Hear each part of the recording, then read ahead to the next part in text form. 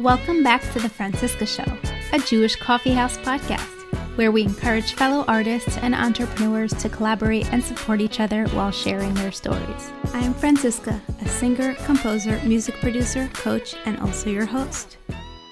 Hey guys, thank you so much for coming back and listening to this 100th episode. It is such an honor and privilege to be doing this episode, and I am just so grateful that you have been with me on this journey.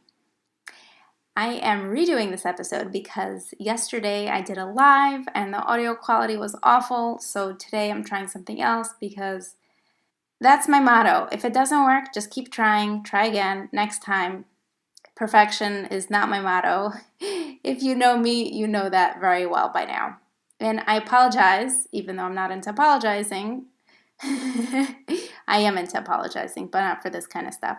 Last few episodes that we were doing live, the technology has been a little bit compromised, and I apologize for the listening experience not being as pleasant as it has been in the past.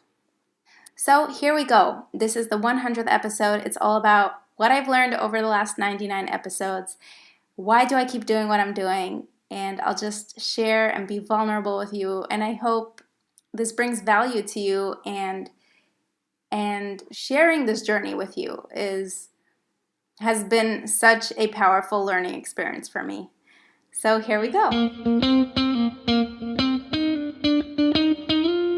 What I've learned over the last 100 episodes. Number one, if you just reach out to people, most of the time they'll respond, or most of the people will respond, or some of the people will respond. People are so encouraging and pleasant and happy to be a part of projects that are exciting. And I mean, creating things that are win-win is definitely a plus. So this platform has started out by being a way for me to use my voice, not just with singing, but also by uniting and collaborating and bringing voices of other women to you.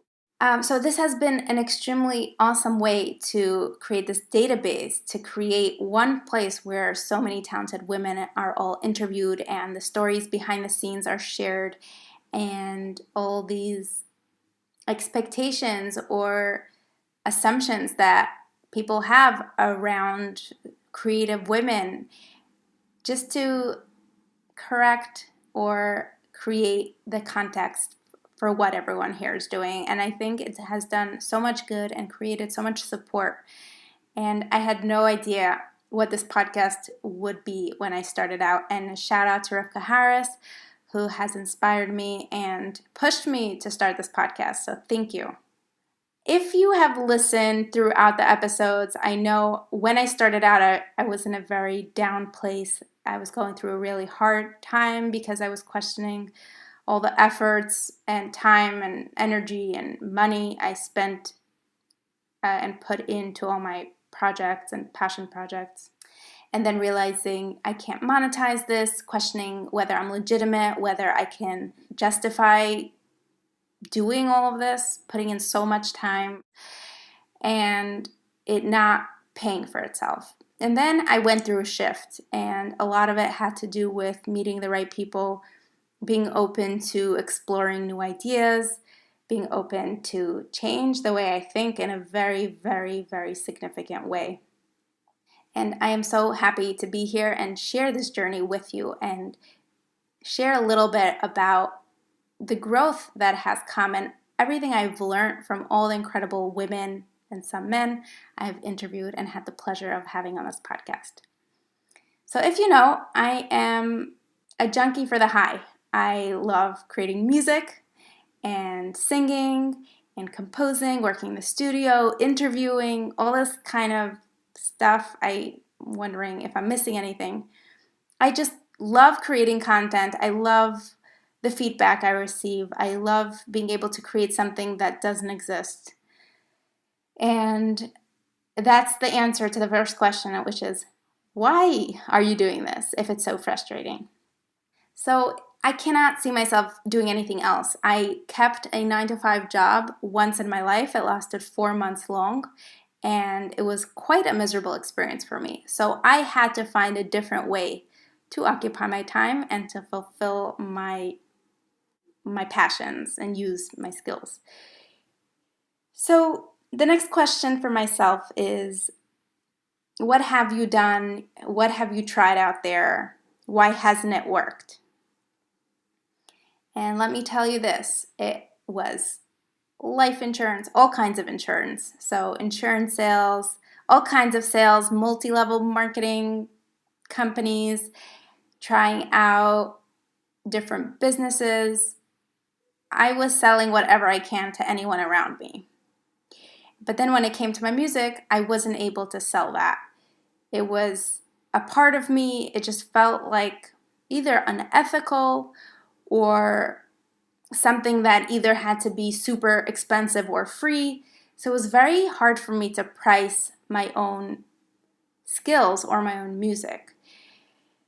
And I hope I am not complicating all of you with all these little details, but this is the journey, this is the process. Lots of thoughts coming in, lots of things coming in the way of me being able to apply my business skills to my musical passion, or the passion of creating.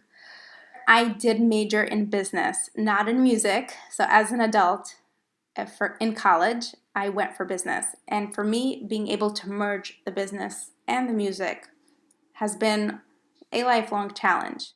So the next question is, why did you stop teaching and performing? So the short answer to this is, teaching was very not well paid.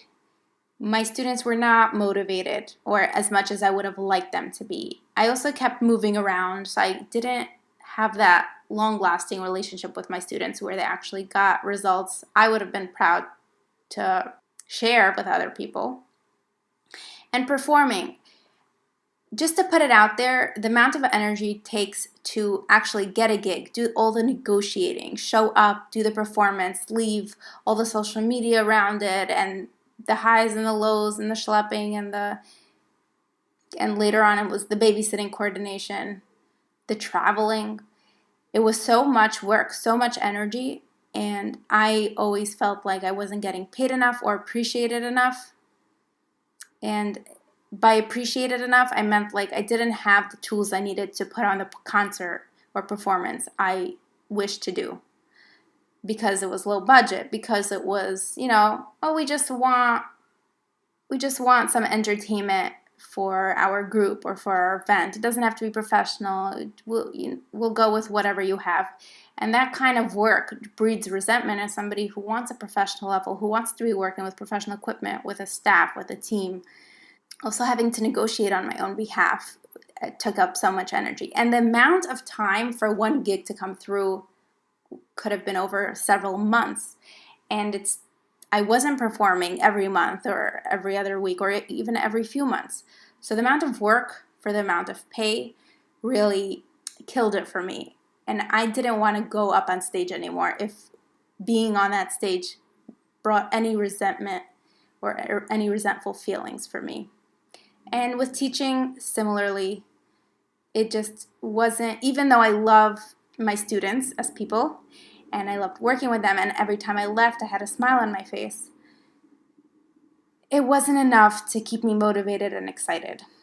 And that's my chase. I chase for things that keep me excited and motivated. And the other thing is, I keep bringing that up, and I keep bringing this up in my posts, in my podcasts. It's all about the money for me. Not all about, but when it comes to interacting with the outside world, it comes down to money. Or at least if money is taken care of, then we can move on to the other things.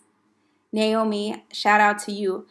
You reached out to me after I wrote this post this past week about tuition and chasing or needing to be a millionaire in the Orthodox lifestyle, and that being a requirement, a Jewish requirement, not a thought or dream influenced by media or secularism.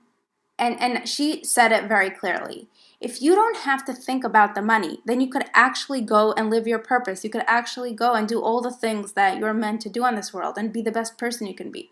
But because we're all so caught up in the money place and the negotiating and we're at such a basic, we're at the bottom. If you look at Maslow's hierarchy, if we can't get past the physiological stuff, like I can't pay my bills with the work I'm doing, then I'm not even in a place to start talking about giving or performing for free or doing projects for free or collaborating for free or whatever projects that take up tons of time and energy and work and are not compensated, and that's what you do professionally.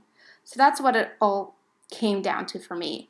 And the question that I'm answering here, and I keep forgetting to say what the question is before I answer, why are you so obsessed with making money? And the answer is, it's because if I want to do the stuff I want to do the way I want to do them, I need money and I don't want to have to think about money. Which is what I'm getting into now.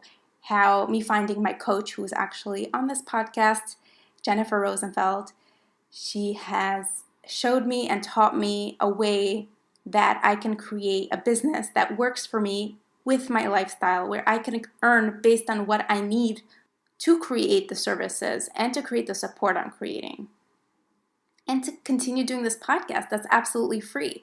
If I am able to offer extremely valuable services to people who really want them and need them and will pay for them, then I'm able to do all the things in my life I want to do. That includes going on vacation, which by vacation I mean turning my computer and phone off so I can focus on my family, or making Shabbos and Yantiv, or paying attention to my kids and not having to worry about just getting that next client or that next gig or that next student, because I am working with a business model that works for me in my life. So meaning I get to work as many hours as I want from wherever I need to be. I can take off when I need to, and I get paid what I need to so I can live that kind of life as a mom, as an Orthodox Jew, and as a musician. Another reason why I may be obsessed with making money is because in my head, if I have a business that's earning, then I deserve or can earn the respect to take time for hiring daycare and my kids being with somebody else, or I can have the respect or space or whatever logistical thing I need because my creative work is work that's paying money. So it has to be treated with the space and respect that anyone else going to a job and having to leave everything on somebody else. So it has been a personal struggle. And I just listened to Neshama Kabach's interview from the 50th episode, where I felt so illegitimized and I felt like I couldn't just come to terms with saying what I do and feel good about it. I needed the monetary part to be with it. And let me just make it all clear. If you are able to earn from your talents, if you want that, meaning you want to transition from amateur or hobby life to professional, then it allows you to really dedicate the resources, the time, and the energy it needs to go all the way. You also gain the respect from people around you and maybe your spouse or parents or whoever is supporting you to put that energy toward it. Meaning, if this is a hobby or a project, it's going to be the last thing on your list when things come up. But if it's work, even if it's COVID, you're going to make do. You're going to figure it out because that's your work and it's going to come first or at least second after your family. But it's going to be prioritized. And another thing I would like to stress is that this kind of business model that I implement with my clients and for myself, it's not about working 80-hour weeks. It's about creating something that works for you in your lifestyle. It's definitely possible, and I'm telling you this because it is possible for me now. It's happening for me right now. It's happening for my clients. So it's proven, it works, and it makes me so happy. I'm obsessed with money, so I don't have to be obsessed with money. How about that? I just want to do the things I want to do, and I feel like money is standing in my way of doing these things, and once that is set in, then I could do everything else. And now since that's been something I'm working on, doing this for my clients as well, we are making money a non-issue. We're actually creating and encouraging a place where you yourself or me ready to pay for high-end things ourselves because we want to save time or because we want quality. We're not just looking for the cheapest thing. It's so funny. If you had asked me a few months ago, I would tell you I always find the cheapest, contractor or the cheapest quote or the cheapest service provider. And now I'm in a place where I'm looking for quality. I'm looking for somebody who knows what they're doing. And I don't want to waste my time having to micromanage people who are figuring it out and where I have to do the hand holding. Yes, we're raising the level. We're creating more of it. And I think the more women who are empowered because they are able to prioritize their work and be seen and valued for their skills and their services that are so needed out there, the more good that can be created, the better of a role model you are for your children. I also think artists who are always depreciating what they have and the gifts they have and their passion they have, the less confident of a person you are because you're using so much energy to suppress who you are. And you have to make up for the energy of all of it that's sinking your energy. Meaning you're not just at zero, you're trying to make up to just get to zero because you're spending so much energy suppressing or having to push away what you really want to be doing in your life, which could be teaching, creating workshops. Okay, talk to me about generosity marketing. Generosity marketing, and I love the word generosity in general, but what I love about it is because I've already been doing it and then I learned about the concept, so it's awesome.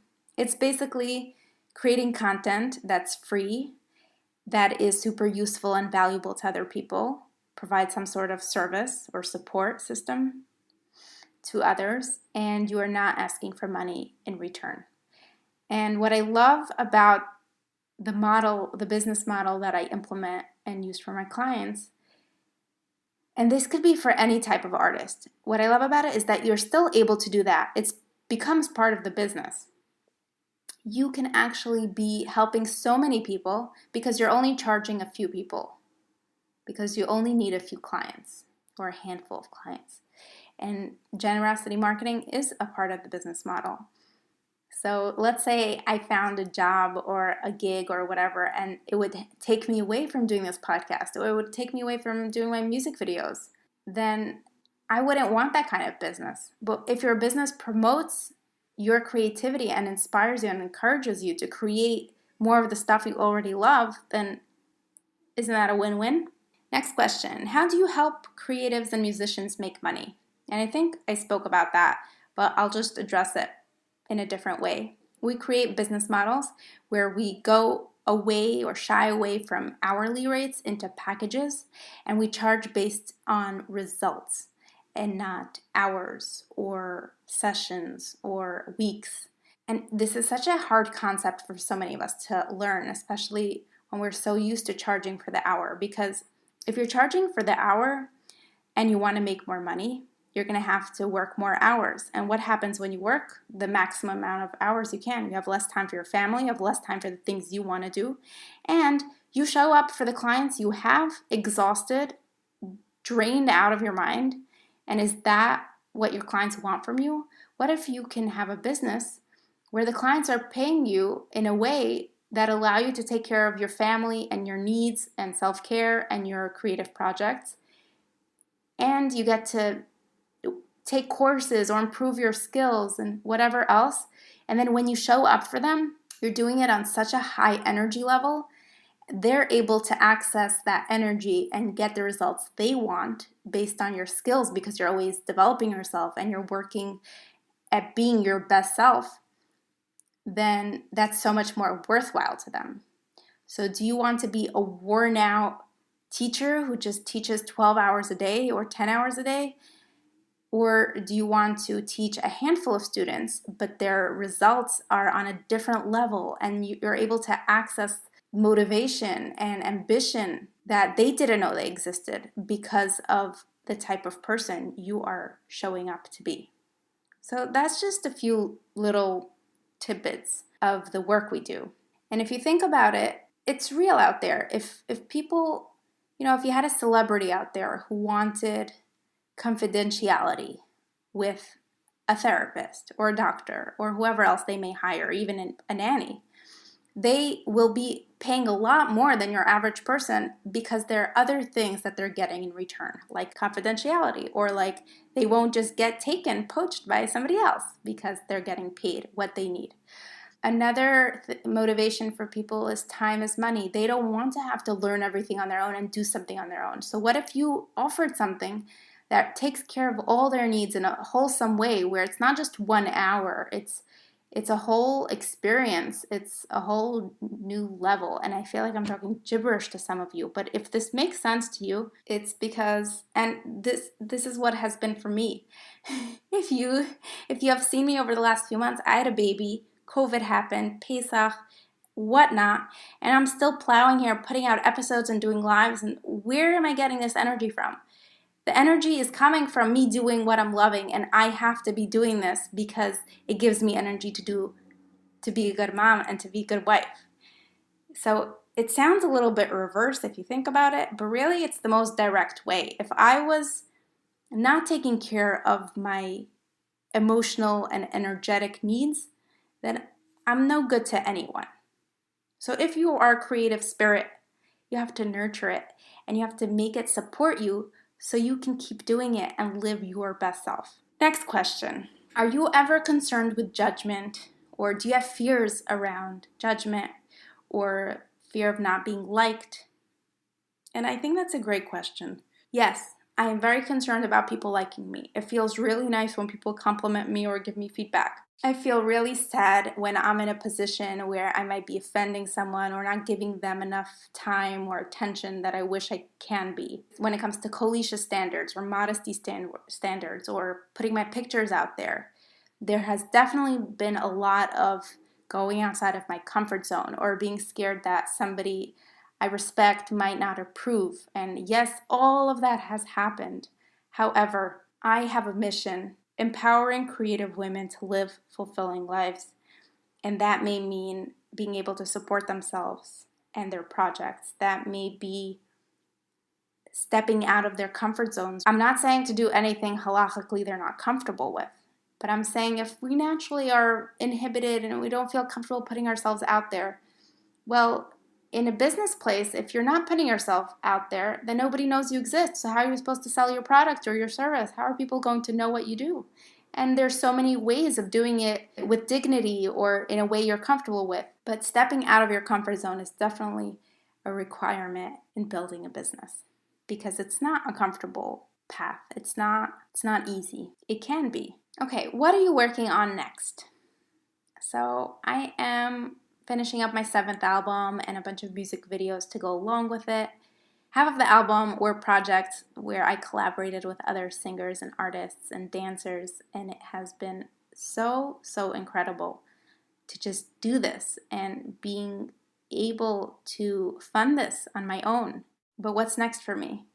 I think there's definitely space for some sort of record label, for grants and prizes, and more support for women out there who are at the beginning or in the middle of their journey of creative pursuit. Just getting more support out there, getting more professional support out there. I would love for us to have a sold-out stadium of women who are showing up because they want some good Jewish music, good Jewish entertainment and dance and acting or whatever else it is, and not because they're showing up to support an organization or because they have to go watch their child perform. I want women to want to go out for women by women entertainment because that's fun and that's exciting. Okay, next question is, what are some of the things you do that help you with your magic and balance? This is plain and straight. If I feel like doing something, I try to seize the moment and do it because I know it will be great. It will have a certain energy to it, and it will probably be very efficient and quick.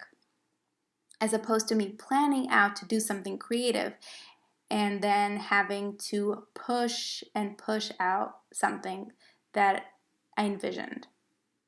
So obviously this doesn't work all the time, and might not be a professional way of working with things. Like if you're expected to perform something or get something done with a deadline, you don't have the luxury of pushing it off to when you feel like it. For example, if you have 5 things on your list, one is social media, one is make a video, one is record a song, and another thing, whatever else it is, what are you in the mood for? And then do that. If you're not in the mood for anything, sometimes getting into something or starting something will get you in the mood, but other times it's just best to do something else. It might be take a nap, listen to a podcast, go for a workout, eat something delicious, I don't know, or take a break. So pushing something, especially with creativity, is not always the best thing. And some of my best work has been stuff on a whim. Just the energy that comes through is the best. The issue is some of my energy comes in the middle of the night and I don't have the quiet space where I can go and no one will hear me or wake up from me. It's also responsible because I need to be awake for my kids in the morning. So a lot of things get lost and it's sad, but I trust that great things and ideas and energy will come in the morning as well. And I try to tap into that when I do wake up. My next question for myself is, what's your biggest fear? And I think that is a real and true question. I definitely have a fear of people judging me or thinking I'm too much or I'm showing off or why am I talking about all these things that are inappropriate or not done. A failure of getting disapproval from my family members.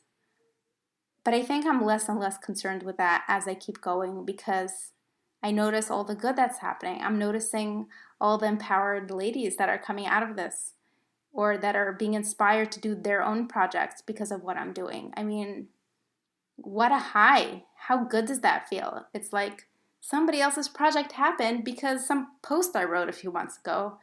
What an incredible thing. If I would have shut myself up and said, that's inappropriate, or that's not your place, or that's a subject we don't go into, then maybe this goodness wouldn't come. Maybe this friendship or camaraderie or partnership or opportunities wouldn't come about. And so focusing on the good is what helps me from dealing with this fear that comes in quite often, sometimes in a more powerful way than others. Another fear of not being successful, and by successful I mean not being able to achieve the goals I set for myself. It's very scary because I'm really putting myself out there and I'm trying so many things and I'm exploring different avenues, and it's scary. It's really scary because it's the unknown. I'm doing this on my own, even though I have a support system that's amazing. Any piece of advice for anyone listening? Sure, I have so much, and every day it's something else. Number 1, be open-minded, be coachable, be open to seeing what's right in front of you, what's needed, what can you do, what can you listen to, what can you receive or give. Number 2, being okay with failing and trying it out again, not striving for perfection right away. Number 3, being able to take inspired action and taking initiative, stepping up, not just using your thoughts of I'm too scared, or this is not for me, or this is never going to happen for me, or I don't have time, or I don't have money, or I'm not good at this, or who's going to believe me or think I'm good, or all these kinds of things that may come up for you. So taking inspired action is very important. If you're just going to do the talk without the walk, then this is not going to happen.